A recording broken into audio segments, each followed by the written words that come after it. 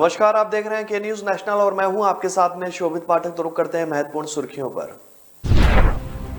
संगरूर उपचुनाव के लिए मतदान जारी, सीएम अरविंद केजरीवाल ने लोगों से मतदान की अपील। सरकार में इतनी बड़ी बगावत से हैरान है एनसीपी चीफ शरद पवार, कहा क्या सो रहा था एनडीए नेतृत्व। बीजेपी सांसद ब्रजभूषण शरण सिंह का राहुल गांधी पर हमला, कहा वो खुद को इस देश का राजकुमार समझते हैं। एनडीएमसी की बैठक में 4 महीने से नहीं गए दिल्ली के सीएम अरविंद केजरीवाल, एनडीएमसी अधिनियम के तहत उनकी सीट को रिक्त घोषित करने की सिफारिश। और ठाकरे की बैठक में पहुंचे मात्र 13 विधायक, संजय राउत का दावा एकनाथ शिंदे गुट के एमएलए संपर्क में, संख्या भी बढ़ेगी। बिगड़ती कानून व्यवस्था की स्थिति और प्रसिद्ध गायक सिद्धू मूसेवाला की हत्या को लेकर विपक्ष की नाराजगी के बीच आम आदमी पार्टी शासित पंजाब में संगरूर संसदीय क्षेत्र के उपचुनाव के लिए मतदान शुरू हुआ। मतगणना इस चुनाव की 26 जून को की जाएगी।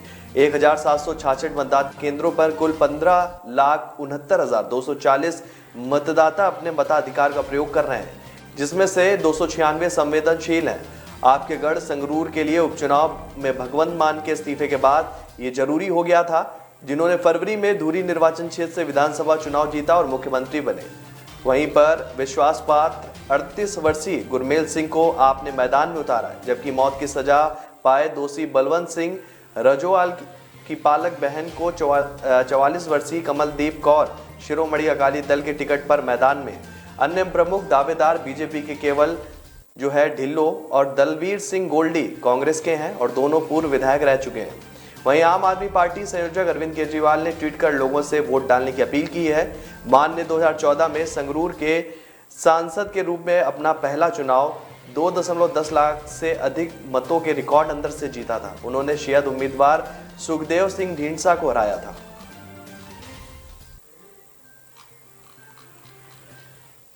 महाराष्ट्र में बिना किसी भनक के शिवसेना विधायकों के पहले गुजरात और फिर गुवाहाटी चले जाने के मामले में एनसीपी चीफ शरद पवार ने कड़ी नाराजगी जताई है। कहा जाता है कि राज्य के गृह मंत्रालय और खुफिया विभाग ने एमवीए नेतृत्व को शिवसेना के बागी विधायकों के इस बार बगावत के बारे में सचेत तक न कर सकी। शरद पवार ने राज्य के गृह मंत्री और एनसीपी नेता दिलीप वालसे पाटिल और राज्य पार्टी प्रमुख जयंत पाटिल से गंभीर नाराजगी जाहिर की। सहयोग से बागी विधायकों में से एक राज्य मंत्री शंभूराज देसाई भी हैं। सूत्रों ने कहा है कि वालसे पाटिल और जयंत पाटिल ने बुधवार को मुंबई में पार्टी चीफ शरद पवार से उनके आवास में मुलाकात की थी। एनसीपी प्रमुख जो दिल्ली में थे, मंगलवार की देर रात मुंबई लौटे और खुफिया विफलता से परेशान थे, क्योंकि गृह विभाग का नेतृत्व उनकी पार्टी के नेता करते हैं। एक अधिकारी ने कहा कि आमतौर पर जब एक विधायक मंत्री जिसके पास पुलिस सुरक्षा होती है दूसरे राज्य में जाता है तो उस व्यक्ति के साथ जाने वाली विशेष सुरक्षा इकाई से वरिष्ठ अधिकारी इसके बारे में सूचित करने की उम्मीद की जाती है। अधिकारी ने बताया कि चूंकि सुरक्षा प्रदान करने वाले पुलिस एस्कॉर्ट भी हथियार ले जाते हैं, इसलिए एसओपी के अनुसार उनसे वरिष्ठ अधिकारियों को सूचित करने की अपेक्षा की जाती है ताकि दूसरे राज्य में कोई समस्या ना हो। इस रिपोर्ट में नाम न बताने की शर्त पर एक वरिष्ठ मंत्री ने कहा कि मुख्यमंत्री उद्धव ठाकरे रोजाना ब्रीफिंग करते हैं। इसके अलावा गृह मंत्री को सभी महत्वपूर्ण घटनाक्रमों से अवगत कराया जाता है।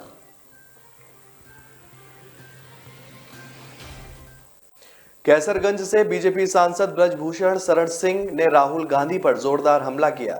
उन्होंने कहा कि राहुल गांधी की मानसिकता है कि वो खुद को इस देश का राजकुमार समझते हैं। ईडी ने उनको पूछताछ के लिए बुलाया, लेकिन उनके समर्थक सड़कों पर उतर आए।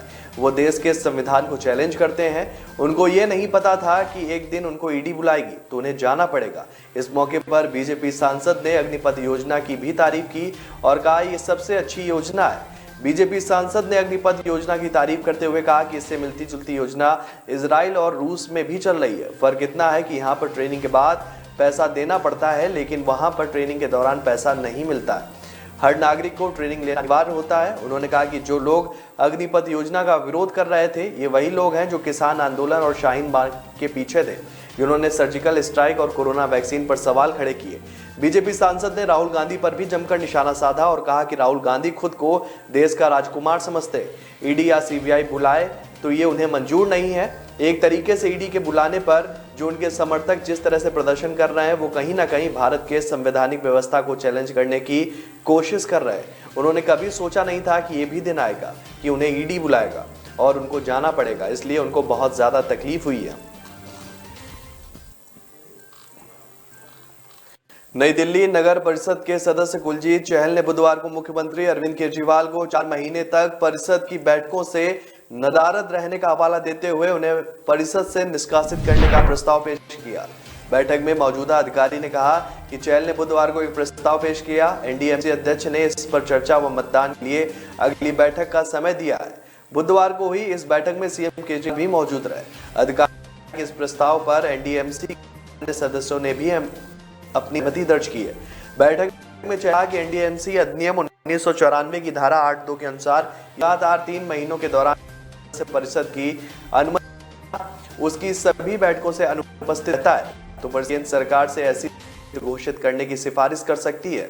कुलजीत चहल ने अपने प्रस्ताव में कहा कि मुख्यमंत्री जो एनडीएमसी के पदेन सदस्य हैं और नई दिल्ली निर्वाचन क्षेत्र के विधायक हैं, कथित तौर पर परिषद की अनुमति के बिना इस साल दिसंबर 2021 से इस साल मार्च तक 4 महीने तक परिषद की बैठकों में शामिल नहीं हुए। इसलिए एनडीएमसी अधिनियम की धारा 8 के प्रावधानों के अनुसार परिषद केंद्र सरकार से ऐसी सीट को रिक्त घोषित करने की सिफारिश कर सकती है ताकि आगे की आवश्यक कार्रवाई शुरू की जा सके। हालांकि दिल्ली सरकार ने फिलहाल इस पर कोई भी प्रतिक्रिया नहीं दी है। आपको बता देंगे पहली बार नहीं हुआ जब एनडीएमसी से केजरीवाल को हटाने की बात चली है। कुछ महीने पहले भी चहल ने इसी तरह का मामला उठाया था, जिसके बाद सीएम पिछली 2 परिषद की बैठकों में शामिल हुए थे।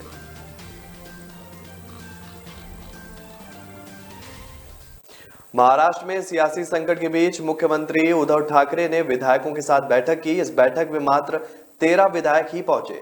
इसके बाद उद्धव ठाकरे के करीब और सांसद संजय राउत ने दावा किया कि बागी नेता एकनाथ शिंदे गुट में शामिल 21 विधायक उनके संपर्क में है। जब भी मौका मिलेगा गठबंधन सरकार बहुमत साबित करेगी। संजय राउत ने कहा कि जल्द ही उद्धव ठाकरे वर्षा बंगला लौटेंगे, वहां जो है वो रहेंगे। आपको बता दें कि उद्धव ठाकरे ने बुधवार को सरकारी आवास जो है वर्षा छोड़ दिया था और मातोश्री शिफ्ट हो गए थे।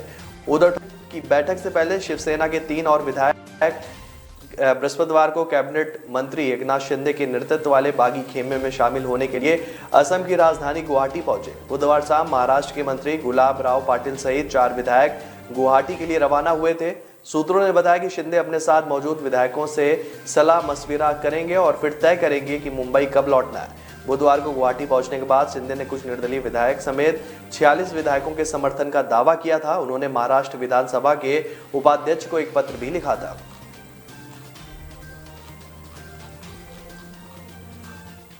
तो ब्रेक पर जाने से पहले रुक करते हैं महत्वपूर्ण सुर्खियों पर। संगरूर उपचुनाव के लिए मतदान जारी। सीएम अरविंद केजरीवाल ने लोगों से मतदान की अपील।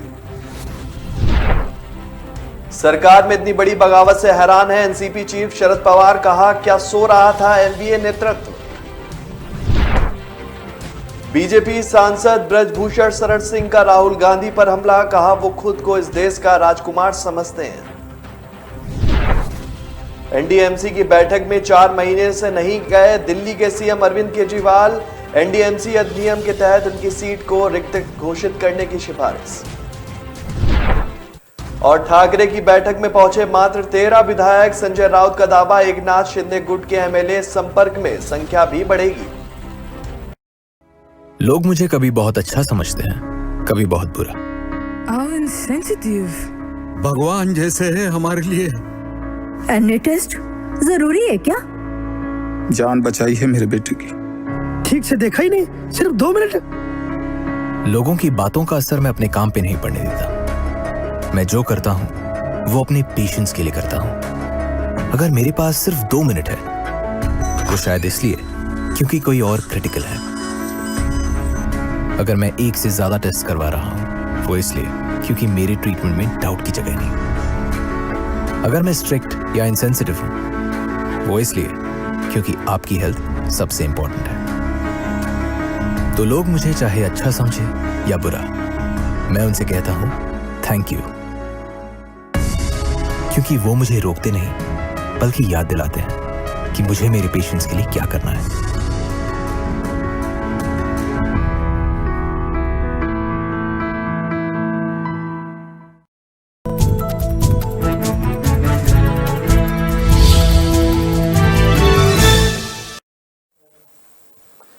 ब्रेक के बाद फिर स्वागत है आपका। रुक करते हैं आगे की खबरों पर।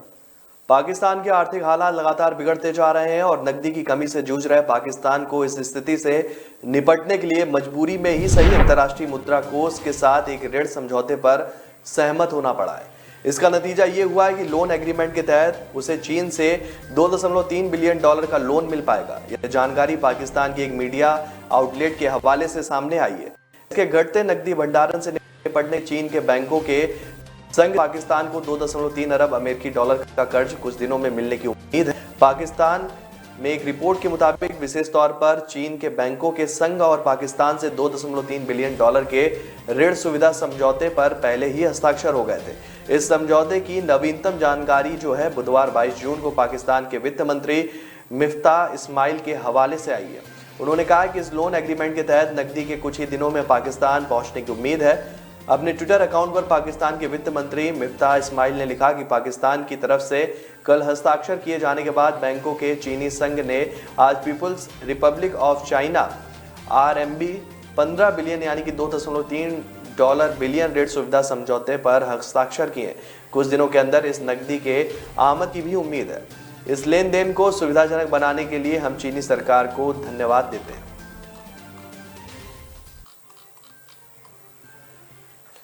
शिवसेना के बागी विधायकों को तड़के सूरत से गुवाहाटी लाया गया। वहीं आम आदमी पार्टी का भी आरोप है कि जब वे सूरत में थे तो शहर के पुलिस ने विधायकों को होटल में प्रताड़ित किया।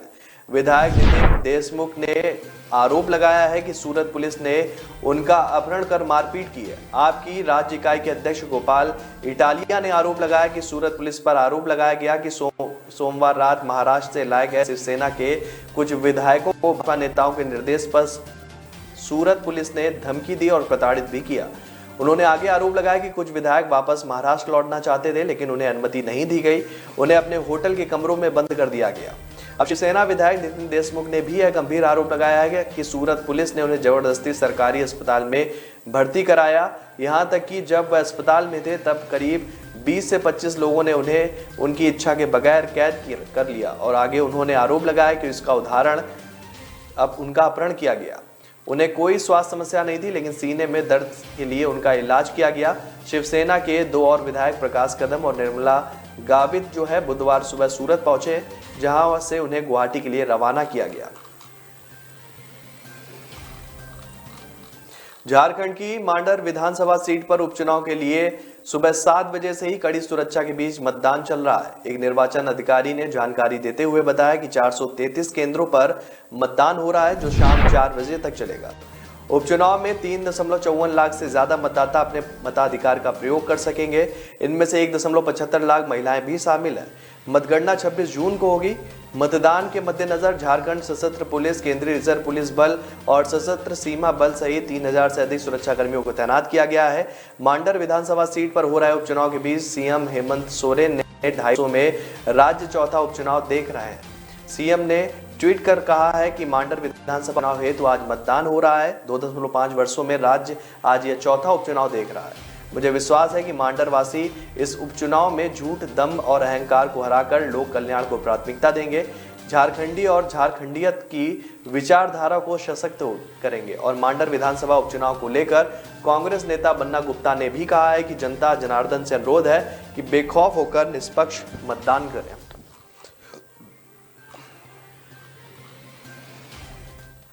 आम आदमी पार्टी के नेता और राज्यसभा सदस्य संजय सिंह ने आरोप लगाया है कि बीजेपी ने दिल्ली में 53 मंदिरों को तोड़ने की योजना बनाई है। बीजेपी के लोग देश भर में धर्म के नाम पर ड्रामा करते हैं और दिल्ली में 53 मंदिरों को तोड़ने की अनुमति के लिए केंद्र सरकार ने दिल्ली सरकार को चिट्ठी भेजी है। संजय सिंह ने बुधवार को पार्टी मुख्यालय में कहा कि दिल्ली में 1-2 नहीं बल्कि 53 मंदिरों को तोड़ने की योजना है। बीजेपी की केंद्र सरकार दिल्ली में 53 मंदिर तोड़ने जा रही है। बीजेपी को सामने आकर इसका जवाब देना पड़ेगा कि यही तुम्हारा असली चेहरा है। केंद्र सरकार ने दिल्ली सरकार को पत्र लिखा कि धार्मिक समिति से हमें अनुमति चाहिए। राज्यसभा सदस्य संजय सिंह ने कागज दिखाते हुए कहा कि यह कागज इस बात का सबूत है कि बीजेपी के लोग हिंदू धर्म के कितने बड़े विरोधी हैं। इसके लिए दिल्ली प्रदेश बीजेपी अध्यक्ष आदेश गुप्ता को सामने आकर दिल्ली की जनता से हाथ जोड़कर माफी मांगनी चाहिए। आम आदमी पार्टी की मांग करती है कि 53 मंदिरों को तोड़ने के लिए मामले में बीजेपी को सामने आकर दिल्ली की जनता को जवाब देना चाहिए। संजय सिंह ने केंद्र सरकार द्वारा दिल्ली में तोड़े जाने वाले मंदिरों की जानकारी देते हुए कहा कि त्यागराज नगर में काली मंदिर, हनुमान मंदिर, कृष्ण मंदिर सहित अन्य 53 मंदिरों को तोड़ने की योजना बनाई गई है।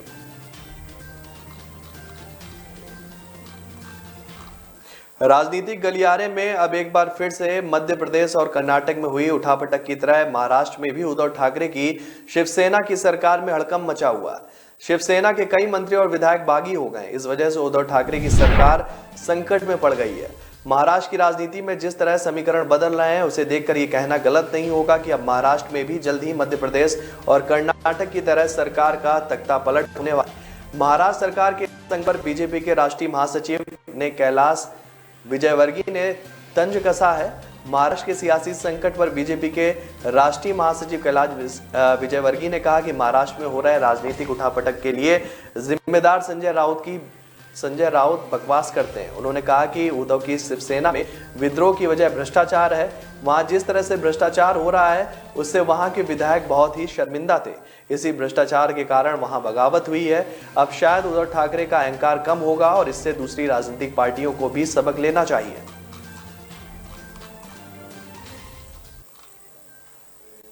तो ब्रेक पर जाने से पहले रुक करते हैं महत्वपूर्ण सुर्खियों पर। संगरूर उपचुनाव के लिए मतदान जारी। सीएम अरविंद केजरीवाल ने लोगों से मतदान की अपील। सरकार में इतनी बड़ी बगावत से हैरान है एनसीपी चीफ शरद पवार। कहा क्या सो रहा था एनडीए नेतृत्व। बीजेपी सांसद ब्रजभूषण शरण सिंह का राहुल गांधी पर हमला। कहा वो खुद को इस देश का राजकुमार समझते हैं। एनडीएमसी की बैठक में 4 महीने से नहीं गए दिल्ली के सीएम अरविंद केजरीवाल। एनडीएमसी अधिनियम के तहत उनकी सीट को रिक्त घोषित करने की सिफारिश। और ठाकरे की बैठक में पहुंचे मात्र 13 विधायक। संजय राउत का दावा एकनाथ शिंदे गुट के एमएलए संपर्क में, संख्या भी बढ़ेगी। कामयाबी की असली पहचान तभी होती है जब उसकी बुनियाद मजबूत हो, क्योंकि जिन्हें खुद पर भरोसा हो उनकी ताकत कभी कम नहीं होती है। इसलिए भरोसा करिए सिर्फ विकी पावर प्लस टीएमटी बात पर। अब घर बनेगा स्ट्रॉन्ग, चलेगा लाइफ लॉन्ग।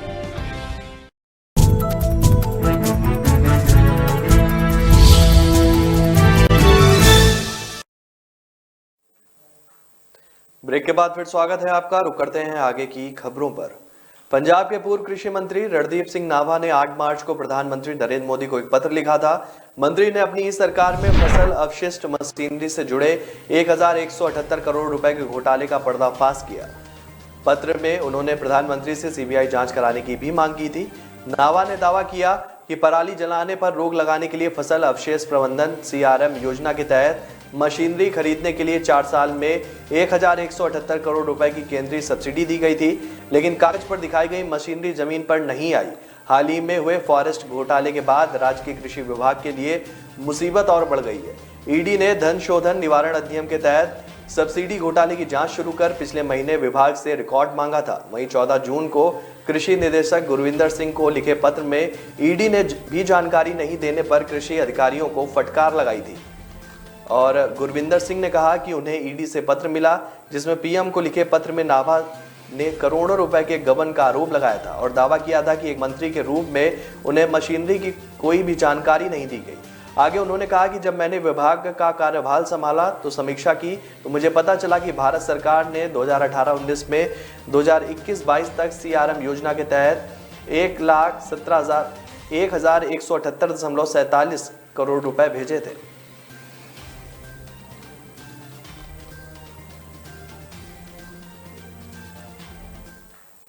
रोहतास के लाल धर्मेंद्र कुमार सिंह को लोगों ने गुरुवार को नम आंखों से आखिरी विदाई दी। विक्रमगंज अनुमंडल क्षेत्र की दनवार पंचायत के सरैया गांव के रामायण सिंह के बड़े पुत्र धर्मेंद्र कुमार सिंह उड़ीसा में नक्सलियों से लोहा लेते हुए शहीद हो गए थे।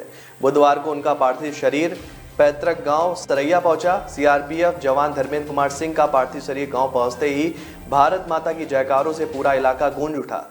सैकड़ों की संख्या में युवा श्रद्धांजलि देने के लिए पहुंचे। गुरुवार को सुबह अंतिम यात्रा निकाली गई। इस दौरान सीआरपीएफ के डीआईजी संजय कुमार के अलावा जो है रोहतास के एसपी आशीष भारती, डीआईडी छत्रनील सिंह, उप विकास आयुक्त शेखर आनंद समेत अन्य अधिकारी भी मौजूद रहे।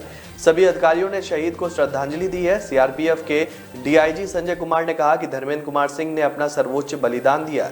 पूरा सीआरपीएफ अपने साथी की वीरता को सलाम करता है, जिसने देश सेवा के लिए अपनी जान दे दी। आपको बता दें, नक्सलियों से लोहा लेते हुए उड़ीसा के जंगलों में सीआरपीएफ के 3 जवान शहीद हो गए थे, जिसमें रोहतास के धर्मेंद्र कुमार सिंह भी थे।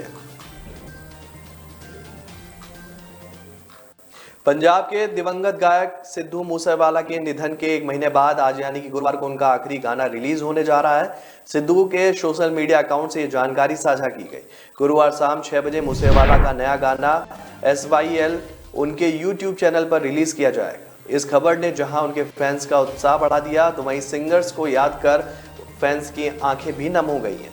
ये जानकारी सिद्धू मूसेवाला की टीम ने उनके सोशल मीडिया हैंडल से साझा की है। उन्होंने बुधवार को गाने का पोस्टर शेयर किया और लिखा कि SYL गुरुवार शाम 6 बजे केवल Sidhu Moosewala official YouTube channel पर। आपको बता दें कि सतलुज यमुना लिंक नहर के मुद्दे पर भी गाना सिद्धू ने लिखा था, जो नदी के पानी पर पंजाब के अधिकारों और जेलों में बंद सिख कैदियों पर बना है। सिद्धू के जीवन का ये आखिरी गाना है। उनके कई गानों पर विवाद भी हो चुका है, बावजूद इसके फैंस उनके गानों को खूब पसंद करते हैं। मध्य प्रदेश के इंदौर में पिछले कई दिनों से कोरोना संक्रमण के मामले तेजी से बढ़ रहे हैं। पिछले 2 दिनों में जिले में 30 लोग कोरोना संक्रमित भी पाए गए। इस आंकड़े से स्वास्थ्य विभाग की चिंता बढ़ गई है। स्वास्थ्य विभाग ने लोगों को कोरोना संबंधी गाइडलाइन का पालन करने की भी सलाह दी है। लंबे अंतराल के बाद एक बार फिर इंदौर में जिले में कोरोना संक्रमितों की संख्या में बढ़ोतरी हो रही है। बुधवार को स्वास्थ्य विभाग द्वारा जारी किए मेडिकल बुलेटिन में 30 लोगों की कोरोना पॉजिटिव पुष्टि हुई है। जिले में अब 168 ऐसे मरीज हैं, इलाज चल रहा है। इनमें से ज्यादातर की स्थिति सामान्य है। स्वास्थ्य विभाग के मुख्य चिकित्सा अधिकारी BS सेतिया के अनुसार बुधवार को 532 सैंपल की जांच की गई। 30 लोगों की पॉजिटिव रिपोर्ट आई। इस दौरान इंदौर में अब तक 38,10,048 सैंपल की जांच की जा चुकी है।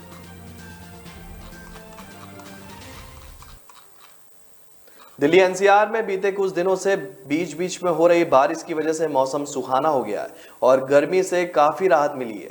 अब दिल्ली NCR में मौसम करवट लेने जा रहा है। भारतीय मौसम विज्ञान विभाग के अनुसार जो है यहाँ मौसम साफ रहेगा और दिन में 20 से 30 किलोमीटर की रफ्तार से हवाएं चलेंगी। मौसम विभाग के मुताबिक शुक्रवार तक मौसम का मिजाज ऐसा ही बना रहेगा।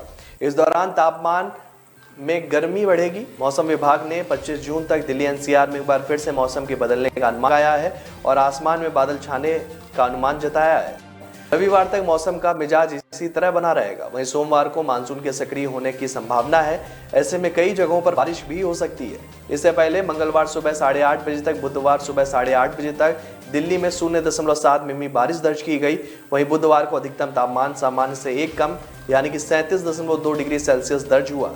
दिल्ली में नजफगढ़ में सबसे ज्यादा अधिकतम तापमान 39.2 डिग्री रिकॉर्ड किया गया।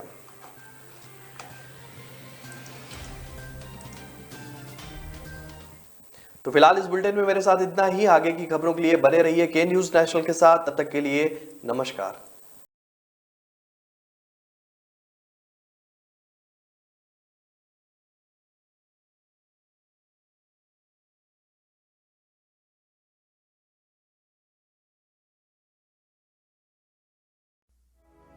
लोग मुझे कभी बहुत अच्छा समझते हैं, कभी बहुत बुरा। भगवान जैसे